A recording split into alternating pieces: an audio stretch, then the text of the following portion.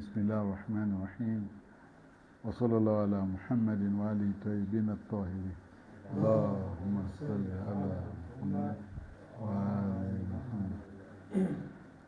We started discussion yesterday and we said that there are people who raise objection concerning retribution, which is retaliation. Among the objections they raised, they said instead of killing a murderer, why can't we just take him to prison so that he will be involved in this hard labor, and with that hard labor we can make use of his strength, because when he's there he will work and do some other things than to kill him, and from there he may learn a lesson according to them. And we discussed much about it yesterday. Towards the end he's saying وَلَوْ كَانَتْ أَحْكَامُ السِّجْنِ عَرْضَةً لِتَقَلُّصِ بسبب أحكام العفو كما هو سائد اليوم. He said, if the law of prison, or taking this person to the prison, is reduced, the whole thing is reduced to prison, because of what? Because he was forgiven of his act, which is the murderer case. كما هو سائد اليوم, just like today it happened in some of the word. فإن المجرمين, he said, in that case, these people that commit this crime, يعمدون إلى ارتكاب جرائمهم, they will intentionally commit this crime دون تخوف, without any fear, because they know at the end of the day they might either be jailed, and after spending some time in jail, then they will be released. He said they will not learn any lesson because of going to prison. Therefore, the prison cannot solve. Yes, there are cases where a murderer can be punished. We said it last time, if we could remember, that a murderer, somebody that commits a murder, even if the family of the murdered said that they forgive him, the government may still have a case against that person. And the part of the government's case is that they may, at the end of the day, they may find him guilty, that he must still go and serve some jail terms. Then the question now that he raised here, he said, "Hali intakas wal qanun al qiswas al mar'a." The same people that raised this objection, they have one kind of thinking. They said, we said last time that a man cannot be killed for a woman. Is that not so? We said if a man killed a woman, a man cannot be killed for killing a woman. Therefore, this one, it degrades women. It belittles them. Islam is trying to say that women are not equal to what? To men. Therefore, why should that be? They brought this in form of objection also, that doing that degrades women and it belittles women. In that case, they said, Qadiyazunul Bad, he said some people may think, Anna Qanunul Qiswas, that the law of retribution, Islamic law of retribution, called Intakaso Al-Mara, is unfair to women. It's unfair to women. Hina Qarrara Anna Rajul La Yuqtal Bil Mara. When it stipulates that a man cannot be killed because he murdered a what? A woman. Inna Rajul, that is a man, Qatil al-Mara, that killed a woman. La yuqtas minu, cannot be killed for killing a woman. Walaysa amru kadhalik, he said it's not the way they think, because they said it in such a way that as if it is the whole thing. But the man is saying it is not the way they said it. One, that is the first thing.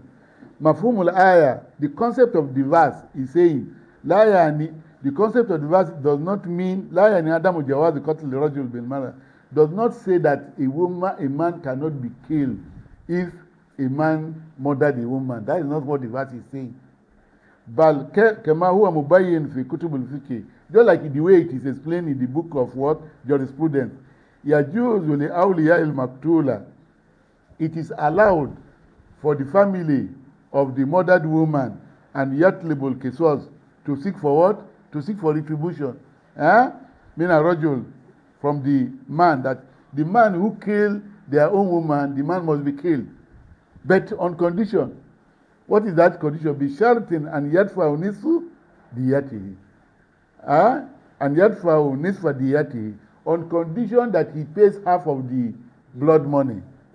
That is the condition, not absolute, that a man cannot be killed for killing a woman. No, it's not absolute. If the family of the murdered woman insists that the man must be killed, then they should be prepared for half of what? Of the blood money. We said here last time that if the blood money is 10 million, then you insisted that the man must be killed. Is that not so? Then the family should prepare 5 million. After the man is killed, 5 million will be given to the family of the murderer. Why? He's going to say the reason why the family must be given. In another expression, al-maqsud, what is meant, min adam kiswas rajul bil mara, that a man cannot be killed for killing a woman. Who al kiswas duna shart, is retribution without condition. That is, if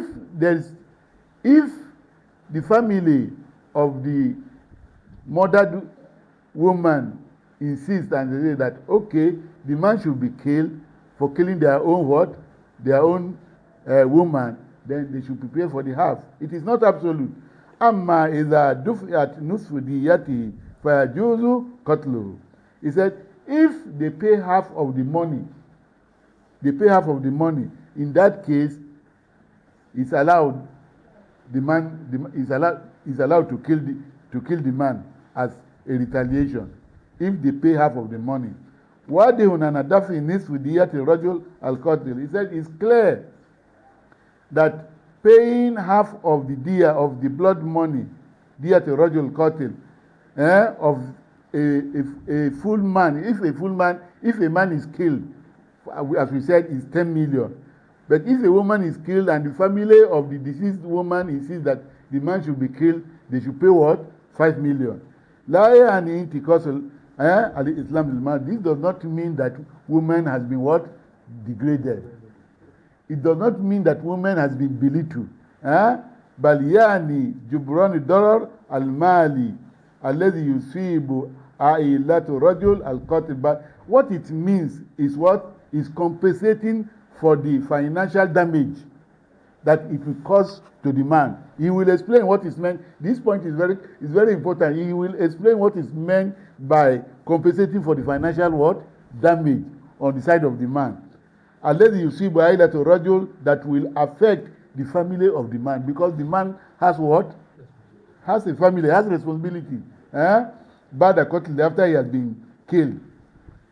He said, "Wal mazid min at-tawdi," to give more explanation to what we said. Nakul, ar-rajul, ar-rijal, men by their nature.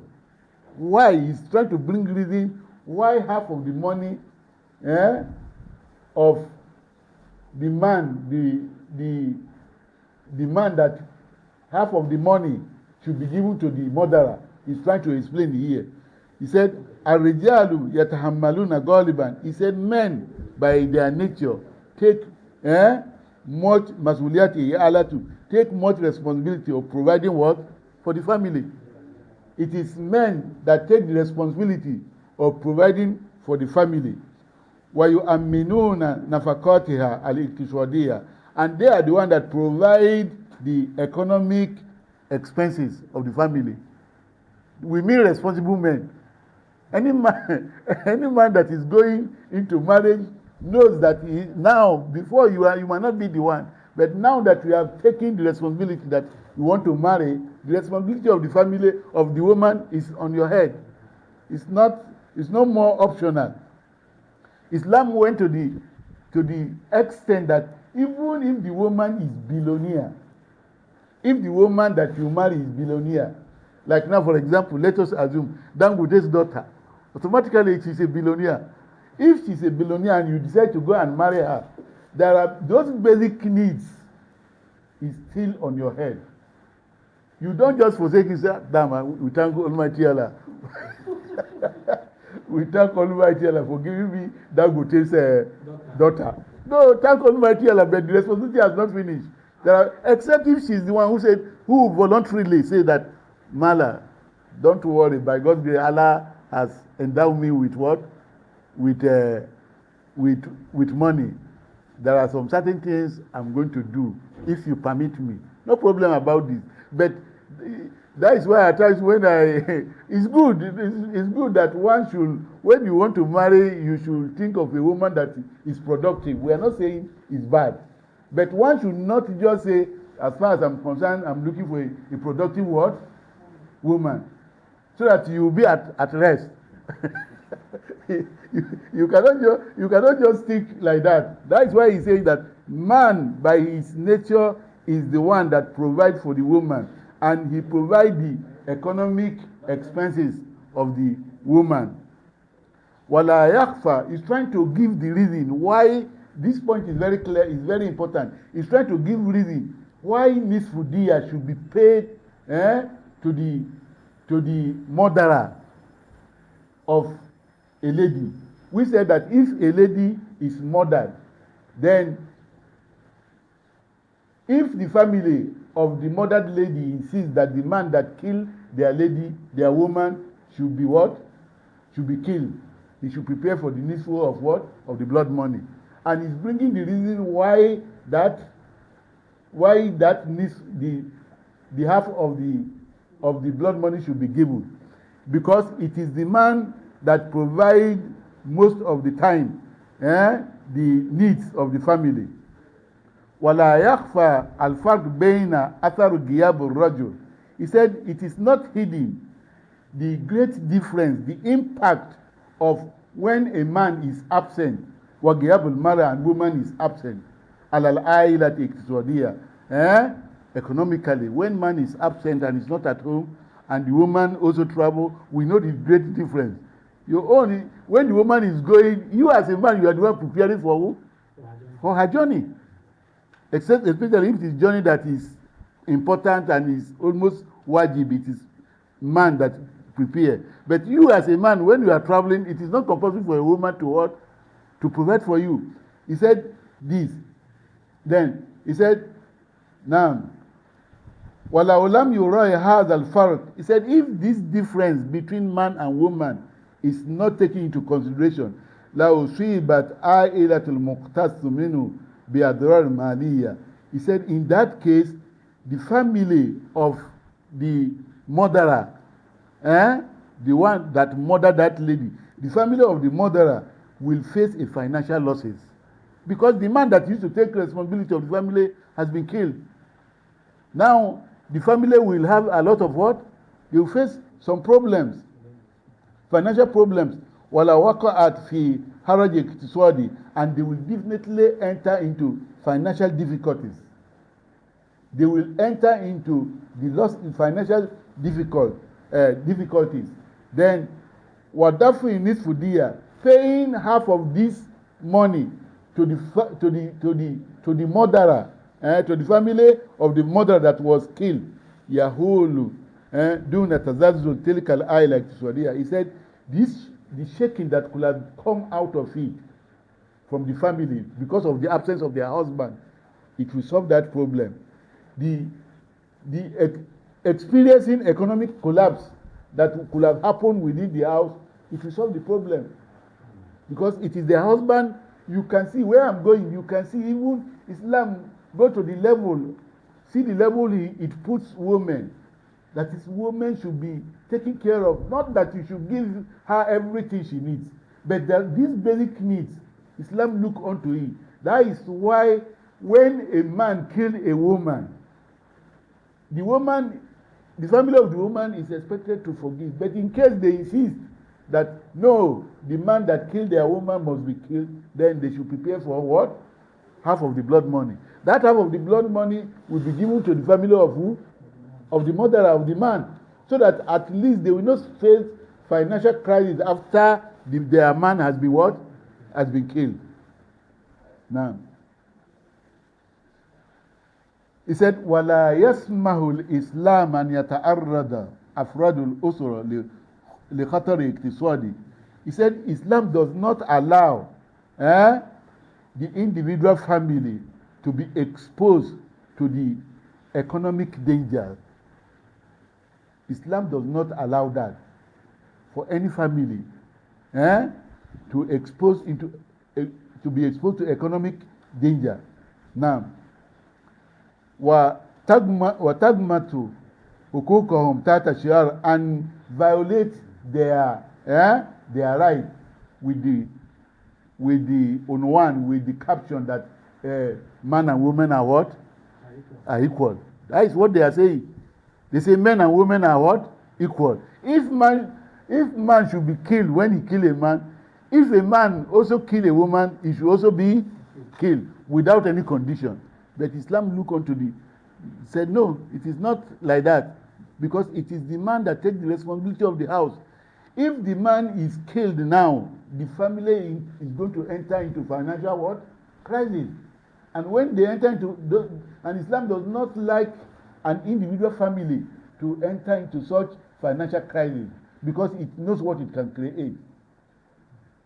If one wants to know what financial crisis is, it is when you face it, especially anything that will make us to avoid our own family, not to face such crisis. We just have to try to avoid it, because it can lead to anything. When women are in crisis financially, only God can save them. That is just the reality. What you don't think can happen, what you don't think at all can happen. That is why Islam takes into consideration all these measures, so that the family will not enter into crisis after the man has been killed, because he's the one that takes the responsibility of the family when he was alive. Now that he has been killed, who takes over the responsibility? At least half of the money that is paid to them will make them to organize themselves for some time. If we assume now that the blood money is 50 million, and the family of the deceased, of the murderer, said that the man must be killed, then they will give 25 million to who? To the family of the murderer. With this 25 million, at least they can manage themselves for some times. They can even think of, say, what is the small business that we can start with, that this money will not just finish along the line. Then, that is why when you look onto this, we are not trying to divert from our main topic. Then, the issue of putting the family into hardship because of our misunderstanding about marriage and polygamy specifically. Islam says we can marry 2, 3, 4. Is that also?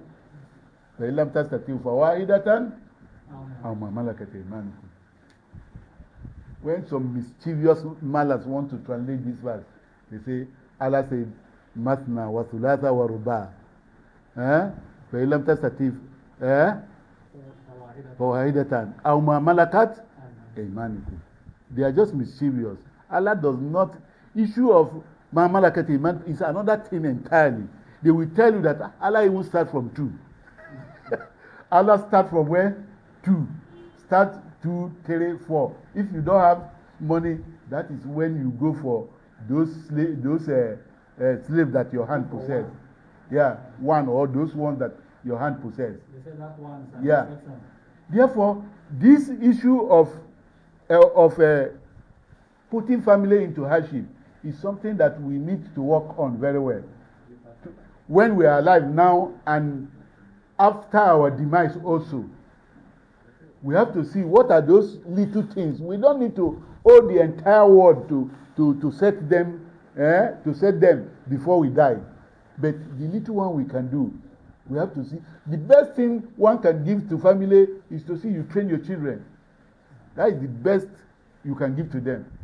A child that is trained now, either he learn work or he go to school, he'll be able to take care of himself and possibly some of his siblings. But if a child is not trained, And then how can he help himself and help his family? Therefore, the issue of polygamy, as I said, is allowed in Islam, but with its conditions. And this condition, we must look onto it. And when you come today, thank God we are all one here.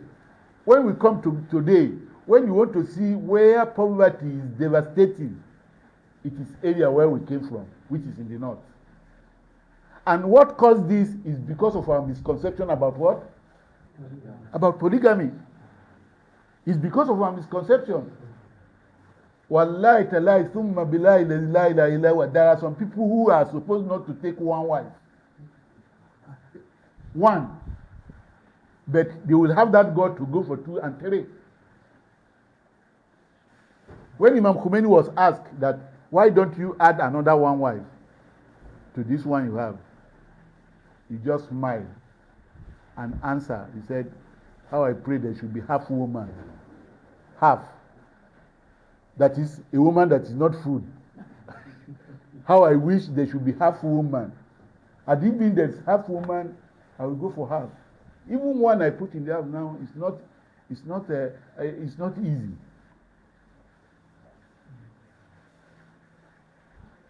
Therefore, we should not be, it's good, we are not discouraging. We need to be plenty. There's a hadith that people, Tanaka utanasalu, فَإِنُّ أُبَاهِ بِكُمْ يَوْمَ الْقِيَامَةِ. Something like that. This is Madmun hadith.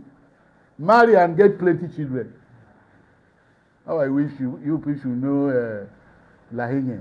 If I say Lahinya, everybody here that is from Iberia, they know Lahinya. Is it that type of Lahinya you want to have in the street? That you want to be proud of?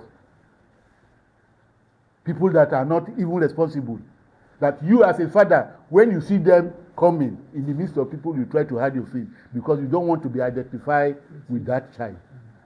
Is that child the Prophet wants to be proud of on the day of Qiyamah? There is another argument they are putting forward. This ayah, وَلَا تَقْتُلُوا أَوْلَادَكُمْ خَشْيَةَ إِمْلَاقٍ. No, they don't know what they are. It is Allah that provides for you. No, they don't know what they are saying. If we believe that Allah is the one providing, then they should pack the children from the street. Why do they leave them in the street? Is Allah not there? Because their main problem is that they are forgetting to act based on sabab wal musabbab, al illa wal ma'lul. There must be cause for everything. You don't just see fire burning without, you don't just see what do you call it? Smoke without fire. I have said this and I want to repeat it. There was a time personally, I took my pen. I still have the copy. Recently I was checking my file, I saw the copy. I took my pen, I wrote many questions to Said Coin. May Allah continue to protect him. Among the last one was, I explained. I said, Akramakallahu. The situation in Iran, I have lived here for quite some time and I understand the situation. Every day women are becoming more what? Plenty than men. And if the situation is to be left like that, there's going to be calamity in future. Because time shall come when you will not be able to control. I said, we are too small to advise you. We just want to just put in our opinion. I said, today, Iranians by their nature, they don't even, the Quran 234, Mari 234 we are hearing now, that we used to say, some of them is only in the Quran they read it. They don't think that it's practicable. This one I'm saying, when I was in Kum, I was going to Zambilabad one time. On my way to Zambilabad, I carried one taxi man was the one that carried me. On our way going, I just jokingly, he asked me, where are you going? I said, I'm going to see my second wife. He just laughed. When I know that this man, I said, why are you laughing? I even have 4 now. I was just joking. He said, where are they? I said, one is in Tehran, one is in Turkey, about 4. Do you know this man parked his car? He said, oh God, let us discuss. Let us discuss, please. Are you not here? I said, I'm in haste. He said, please, please. He was begging me. He said, Wallahi, he swear. He said, Wallahi, since the time he was born, this is the first time he has seen somebody that married 4. It's only in the Quran they used to hear that marry 2, 3, or 4. Because they don't, then, now, for me not to divert, I wrote to say it quite like that. I said, please, for you to lay example for others, for these women that are coming up, if you can, we know you don't need another woman. If you can just take one and marry to serve as a lesson that others can learn from me, it will be a good service to Islam. But when I was writing it, I was telling the other guy near me, I said, this letter will not have reply. I know nobody will, they will not reply it. And up to today, they don't reply it as far as this letter is concerned. Huh? No, it get to him. Why the other questions were answered on the same page? Forget about that one. Not him. That is from his office. Any question, you see, the condition of office answering it is that he has already provided answer for that. Anyone that he has not provided answer, when the question get to him, they take it to him straight. Therefore, what we are saying directly or indirectly is that we are not discouraging polygamy, but there must be, we as brothers should not just imitate what society, just because we met our fathers taking 3-4 without any consideration, we just rush into it. We should be able to lay a good example, good precedent, so that other children coming, they should learn from it. When things good are good, and we have done our own homework, there's nothing bad in it to take 2, 3, or 4. But when you are struggling for survival, like it is only in Nigeria you see somebody that has 3 and is still looking for Musada. You have 3 wives and you are looking for Musada. Which Musada? I hope you know what I mean by Musada. You marry 2 or 3 and you are still looking for help from others. You are the one who's supposed to be giving help. You marry 3 wives and you are still looking for help. Somebody with 3 should be able to be giving help to others, not him going to look for help. Yes, situation can make somebody to take 2 for one reason or the other, but it should not be other that a culture, something that you cannot even explain yourself why you do it. If you ask, maybe you just see your friends are doing it. Is it everything you see friends doing you are going to do? No, it's not like that. We have to be realistic. Then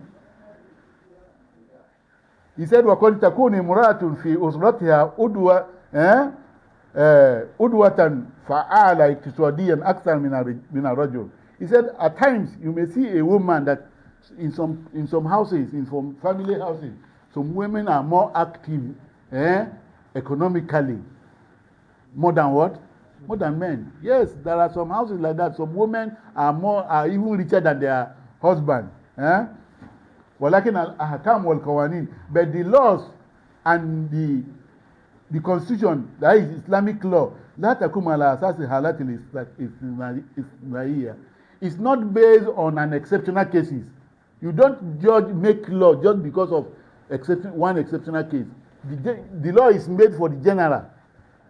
It is when there's anything, then that exceptional case will come in. Yes. He said, بل على أساس الوضع العام. As I said, وفي هذه الحالة يجب أن تقارن كل الرجال بكل النساء. In this case, you have to compare men with women in everything. Then, to complete this particular verse today, يلفت النظر أيضا في الآية عبارة من أخيه. He said we should have a close look when Allah says, فَمَنْ أُفْيَ لَهُ مِنْ أَخِيهِ. Whomever his brother pardon, that is, this person commit murder case. Is that also? And the first law is what? Is that he should be killed. But his brother, for one reason or the other, he pardoned. He said, I pardon him. Either he pardoned him with condition, or he pardoned him without what? Condition. With condition is that he should pay half of the money, which is there. Without condition is that I pardon you, neither money or anything I want from you. Go, you are free. فالقرآن يركز على مفهوم الأخوة. He said in this particular verse, Quran is emphasizing, laying emphasis on the concept of brotherhood. Brothers, I've been saying this for long. When it comes to brotherhood, we are no more having that spirit. That is just the truth. The spirit of brotherhood is no more in us again. You only talk of brotherhood when it favors you. And I said it several times. Rasulullah was able to build that great ummah because of that bond of brotherhood within them. Without that brotherhood, he wouldn't have built that great ummah. But he was able to build it. Ummah that when they migrated to Medina, somebody has to divorce his wife for another Sahabi, after Iddah, for another Sahabi to marry that his wife. You think it's a small sacrifice? If you think it's a small sacrifice, try it today and see. Marry to one of them, just say, I would divorce you, let this man marry him. You can't even try it. Because you for one reason or the other, but the Ummah, the Holy Prophet build was so strong that they see themselves as one. They stand for themselves where there's need for them to stand for each other. But today we are too selfish. We are only concerned about ourselves. We don't care about others. And with this attitude, we cannot grow. As far as this attitude continues to build in us, there's no way we can grow. Now, today in our own individual life, we should ask ourselves, what legacy are you going to leave in case you pass away today? Ask. At our own stage. You should remember the age we are today. When our fathers have reached this age, that time we used to call them what? Baba. Because we see them, they have grown. We have passed that age now. And the next thing, anything after 40 years, the next thing is to be expecting to go back to where you come from. Then what legacy are we going to leave? Is it this selfishness? We are only concerned about ourselves. I've said it here several times. Even ordinary, at times somebody lost his brother or his mother or his wife. Ordinary to say, may Allah have mercy on him in our platform, you will not see it. This is the least expected. You will not see it. Where is that brotherhood? What kind of brothers are we doing? These brothers should just pray five daily prayers in Jama. No, we just have to buckle up. We need to buckle up very well. Then to round it up. Now, finally, we always expect society to give back to us. But let us ask ourselves, what have we given to society? What have we given to society when we want society to give back to us? What contribution have you made? Sit down on your own and think. Today, the entire world, I always mention here that nobody should be seeing himself that I'm nothing. No, we are all something. At our own capacity, we are all leaders. You don't see yourself as a leader, but that someone else outside is seeing you as what? As leader. If someone else is seeing you as leader, then how can you prove to him that you are a real what? Leader. Therefore, we just have to see how we build this our brotherhood. Gathering alone does not solve the problem. We have to see how to strengthen our brotherhood. We have to see how, when one of us is in problem, what do we do to see that brother is helped out? Because if it is just coming to sit down and discuss and go, it will not make any impact at all. It will not. Therefore, we should all try to know those states that Sahabas. That is why I always say we shouldn't cheat ourselves. Because some of us are accusing Sahabas. They are this, they are that, they are this, they are that. But there are some of the Sahabas we are accusing today, they are far better than us. The sacrifice they have made. Are we ready to make one tenth of it? Most of us are selfish. Most of us are selfish. We only think about ourselves. Inshallah, we are going to step here. Wa sallallahu ala Muhammadin wa ali tayyibin at-tahirin.